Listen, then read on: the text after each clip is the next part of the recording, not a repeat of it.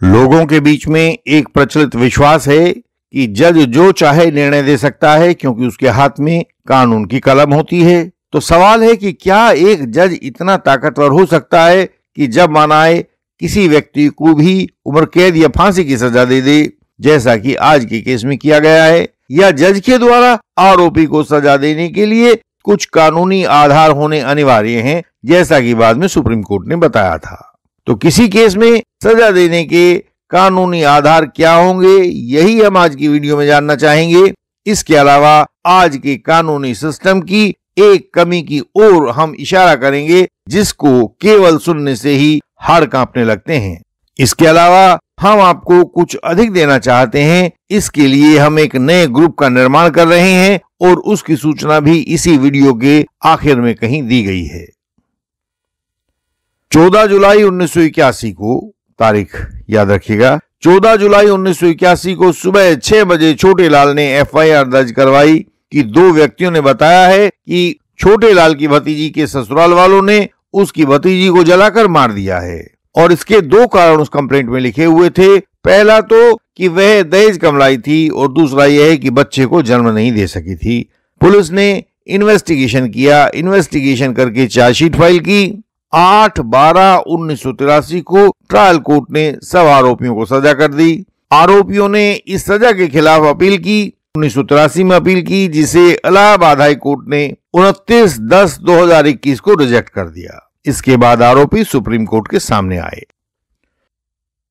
अपलेंट्स जो आरोपी थे, आरोपियों का कहना था कि हमारे खिलाफ किसी किस्म का कोई एविडेंस रिकॉर्ड पर नहीं है, ना तो ट्रायल कोर्ट में और ना ही हाई कोर्ट में यह तक साबित किया जा सका है कि मृतिका रामदुलारी की मृत्यु वध की श्रेणी में आती है या यह एक दुर्घटना मात्र थी। यह केस वर्ष 1981 का था। तब तक आईपीसी में सेक्शन 304B को नहीं बनाया गया था, इसीलिए यह केस सेक्शन 302 आईपीसी के अंतर्गत ही चलाया गया था। सुप्रीम कोर्ट ने कहा कि इस केस की आरोपित घटना किसी ने नहीं देखी थी, अतः इस केस में प्रोसिक्यूशन द्वारा मोटिव को साबित किया जाना अनिवार्य है।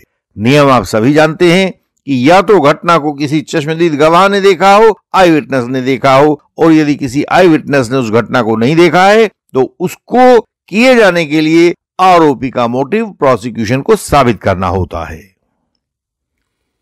प्रोसिक्यूशन का तर्क था कि घटना के समय घटना स्थल पर यानी घर पर केवल मृतिका और आरोपी गण थे। उन आरोपी गणों के अलावा 6 लोग और थे जिनको इस केस में आरोपी नहीं बनाया गया था। इसलिए सेक्शन 106 इंडियन एविडेंस के तहत यह आरोपी गणों को स्वयं साबित करना था कि घटना उन्होंने कारित नहीं की है, क्योंकि और तो कोई अन्य वहां था नहीं। हमने पहले भी आपसे चर्चा की है, सेक्शन 106 इंडियन एविडेंस एक्ट के तहत यह घटना वह घटना आती है जो किसी व्यक्ति विशेष या पक्ष की जानकारी में होती है। दूसरा पक्ष उस घटना के बारे में नहीं जानता है, उसकी डिटेल्स नहीं जानता है। तो ऐसे में सेक्शन 106 इंडियन एविडेंस एक्ट कहता है कि किसी घटना को साबित करने की जिम्मेदारी उसी व्यक्ति या पक्ष की होगी जिसकी जानकारी में वह घटना होती है। बर्डन ऑफ प्रूफ उसी व्यक्ति का होगा जिसकी जानकारी में वह घटना है।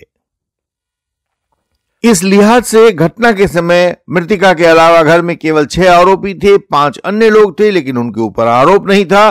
तो यह इन 6 आरोपियों को साबित करना होगा कि घटना उन्होंने नहीं की थी, या यदि घटना हुई थी तो वह कैसे हुई थी, या मृतिका रामदुलारी मरी थी तो कैसे मरी। ये उन 6 आरोपियों का ही बर्डन ऑफ प्रूफ होने वाला है। लेकिन सुप्रीम कोर्ट ने कहा ऐसे नहीं। आरोपियों द्वारा बर्डन ऑफ प्रूफ साबित करने से पहले प्रोसिक्यूशन को कुछ बातें प्रूव करनी होंगी, तभी आरोपियों का बर्डन ऑफ प्रूफ शुरू होगा। पहले प्रोसिक्यूशन करेगा।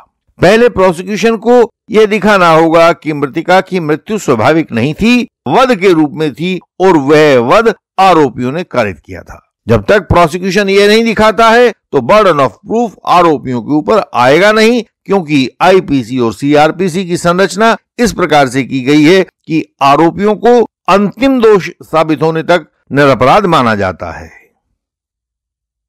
अभी आपने देखा कि हाई कोर्ट में यह अपील 8/12/1983 को दाखिल की गई थी, जिसे हाई कोर्ट ने 29/10/2021 को रिजेक्ट किया था। देखा जाए तो यह अपील सुनने में हाई कोर्ट को 38 साल का समय लगा था। 4 दशक लंबा समय हाई कोर्ट को इस अपील को रिजेक्ट करने में लगा था। इसके अलावा भी हाई कोर्ट ने एक और भयंकर गलती की थी, जिसे देखकर सुप्रीम कोर्ट ने कहा कि हम भी चौंक गए हैं। हाई कोर्ट ने लिखा कि मृतिका की मृत्यु कारित करने में आरोपियों का मोटिव संभव लगता है। सुप्रीम कोर्ट ने सवाल उठाया कि क्या अब क्रिमिनल केस में सजाएं भी संभावना के आधार पर दी जाएंगी? हमारा मेंबर बनने के लिए आपको नीचे दिए गए लिंक पर जाकर मेंबरशिप फीस देनी होती है। आपकी मेंबरशिप आजीवन होती है। फीस देने के बाद जब आप फीस का स्क्रीनशॉट हमें भेज देते हो तो हम आपसे नाम, पता वगैरह और केस के दस्तावेज वगैरह की जानकारी लेते हैं। उसके बाद हमारे टीम एडवोकेट्स आपको एक फ्री यानी मुफ्त प्राइमरी कंसल्टेशन देते हैं, आपके केस की कानूनी स्थिति आपको समझाते हैं और हमारे व आपके सहयोग का कारवां आगे चल निकलता है। आज का केस है Suresh Chandra versus state of Uttar Pradesh. यह क्रिमिनल अपील नंबर 1283 ऑफ 2024 थी, जिसे justice BR Gavai, justice AG Masih और जस्टिस KV चंद्रन की बेंच ने जनवरी 30, 2025 को डिसाइड किया था। अपने निर्णय में सुप्रीम कोर्ट ने कहा था कि सजा के लिए case has to be proved beyond reasonable doubt. किसी भी केस को किसी भी तार्किक आधार से परे जाकर उसको सिद्ध करना होगा। एक हाई कोर्ट किसी को केवल संभावना के आधार पर सजा कैसे दे सकता है? सुप्रीम कोर्ट ने कहा कि जहां घटना को किसी ने होते हुए नहीं देखा है, वहां पर घटना को सर्कमस्टांशियल एविडेंस के आधार पर साबित किया जा सकेगा और यह सर्कमस्टांशियल एविडेंस इतना कंप्लीट और स्वाभाविक होना चाहिए जितना कि Sharad Birdichand Sarda versus state of Maharashtra 1984 4 SCC 116 में हमने बताया था।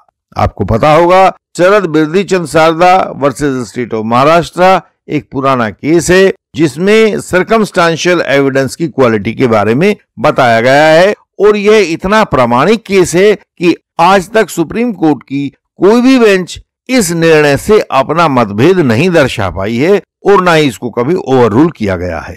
इस शरद बिरदीचंद वाले केस में 5 कसौटियां बताई गई हैं। सुप्रीम कोर्ट ने कहा कि वे 5 कसौटियां एक साथ पूरी होनी चाहिए। सुप्रीम कोर्ट ने एविडेंस की गुणवत्ता की 5 कसौटियां जो गिनवाई थी वे इस प्रकार से हैं। पहली बात, जिन परिस्थितियों से आरोपी के दोष का पता लगता हो वे परिस्थितियां पूरी तरह से सिद्ध हो चुकी हों। ऐसा ना हो कि आधे अधूरी सिद्धि पर ही, आधे अधूरे प्रूफ पर ही आप आरोपी को सजा कर दें। दूसरी बात, जो तथ्य या फैक्ट्स सिद्ध किए गए हों वे केवल आरोपी के दोष की ओर ही इशारा करते हों, किसी अन्य संभावना की उनमें कोई गुंजाइश ना हो। तीसरा पॉइंट है, इन सिद्ध की गई परिस्थितियों से, तथ्यों से आरोपियों के दोष के अलावा कुछ और बात न झलकती हो। चौथा पॉइंट है कि ये वाली जो सिद्ध की गई परिस्थितियां हैं किसी भी अन्य संभावना के होने को नकारती भी हों। ऐसा नहीं कि केवल दूसरी की ओर इशारा नहीं करती बल्कि दूसरी संभावना को नकारती भी हों। पांचवी बात है कि सिद्ध की गई परिस्थितियां एक चेन की तरह से काम करती गई हों। देखी गई बात से लेकर आरोपी की दोष सिद्धि तक पूरी श्रृंखला को मुकम्मल तौर पर ये सब साबित करती हों, चेन बनाती हों। इन 5 कसौटियों को पढ़ने से हमें 2 बातें पता लगेंगी। पहली तो यह है कि जब हम डिफेंस कर रहे हों और आरोपी को बचाया जाना हो तो हमें प्रोसिक्यूशन की एविडेंस को इन 5 बिंदुओं पर तोड़ना होगा। हालांकि यह फॉल्स एलिगेशन वॉरियर्स के लिए तो थोड़ा कठिन हो सकता है, लेकिन यंग एडवोकेट साथी अपने सवाल इस तरह से फ्रेम करें कि प्रोसिक्यूशन एविडेंस के इन 5 बिंदुओं पर, इन 5 कमजोर मर्म स्थानों पर सुराख कर दिए जाएं। पूरा प्रोसिक्यूशन केस इन्हीं सुराखों में से बहकर बाहर निकल जाएगा। आप प्रोसिक्यूशन के इन बताए गए 5 में से किसी भी पॉइंट को पूरी तरह से साबित ना होने दें और अपने सवालों से आप ऐसा करें। जो सवाल आप क्रॉस एग्जामिनेशन में पूछते हैं उनकी सहायता से आप इन 5 बिंदुओं को तोड़ें। प्रोसिक्यूशन की जो परिस्थितियां साबित भी होती हों तो उनमें भी दिखाएं कि कुछ दूसरी संभावना भी हो सकती है और यह आमतौर से उचित सजेशन देकर किया जाता है। इसका नतीजा यह होगा कि केस शरद बिरदीचंद सारदा वाले केस से बाहर निकल जाएगा और फिर आपको आखिर में यह दिखाना होगा कि प्रोसिक्यूशन की चेन ऑफ एविडेंस अभी कंप्लीट नहीं हुई है। इस प्रकार से आप यह दिखा पाएंगे कि प्रोसिक्यूशन का यह एविडेंस अपने उद्देश्य को पूरा नहीं करता है और उसमें भारी कमी है। दूसरी बात जो पता लगेगी वह यह है कि ट्रायल कोर्ट कितनी लापरवाही से केसेस को डिसाइड कर देते हैं। आपने देखा है कि किसी भी कानूनी पॉइंट पर ध्यान दिए बिना ट्रायल कोर्ट ने इन 6 आरोपियों की सजा कर दी। किसी भी कानून के माइनर पॉइंट पर भी ध्यान नहीं दिया, छोटे से छोटे तथ्य को नकार दिया। हाई कोर्ट के द्वारा भी की गई चूक साफ दिखाई देती है। एक अपील सुनने में 4 दशक का समय लगा दिया गया, फिर भी कहते हैं कि संभावना है कि अपराध इन्हीं आरोपियों ने किया हो और उन आरोपियों को उठाकर सजा बरकरार रखी। अपना जीवन इतने खतरे में आप न डालिए। अपनी रक्षा करने के लिए इंडियन लीगल सिस्टम से सही तरीका पूछें, उनसे गाइडेंस लें और अपना क्रॉस कंप्लीट करें। चूक गए तो मामला दूर तक बिगड़ेगा और देर तक बिगड़ेगा। इसी कारण से ट्रायल कोर्ट में असफल लिटिगेंट्स सारी उम्र रोते हुए मिलते हैं। इंडियन लीगल सिस्टम के पास आपको देने के लिए काफी मटेरियल होता है जो सप्ताह भर की 2 वीडियोस में दिया जाना संभव नहीं है। तो हम अपने मेंबर्स का एक ग्रुप बना रहे हैं जिसके द्वारा आप में से प्रत्येक के साथ जुड़ा जा सकेगा, आप तक मटेरियल भेजा जा सकेगा। 1, 2 या 3 मिनट वाली छोटी छोटी वीडियोस भेजी जा सकेंगी। हम ऐसी सूचनाएं भी आप तक भेजेंगे कि किस दिन, दिनांक व समय पर आप हमसे बिना अपॉइंटमेंट के सीधी कॉल कर सकेंगे, कॉल करके बात कर सकेंगे।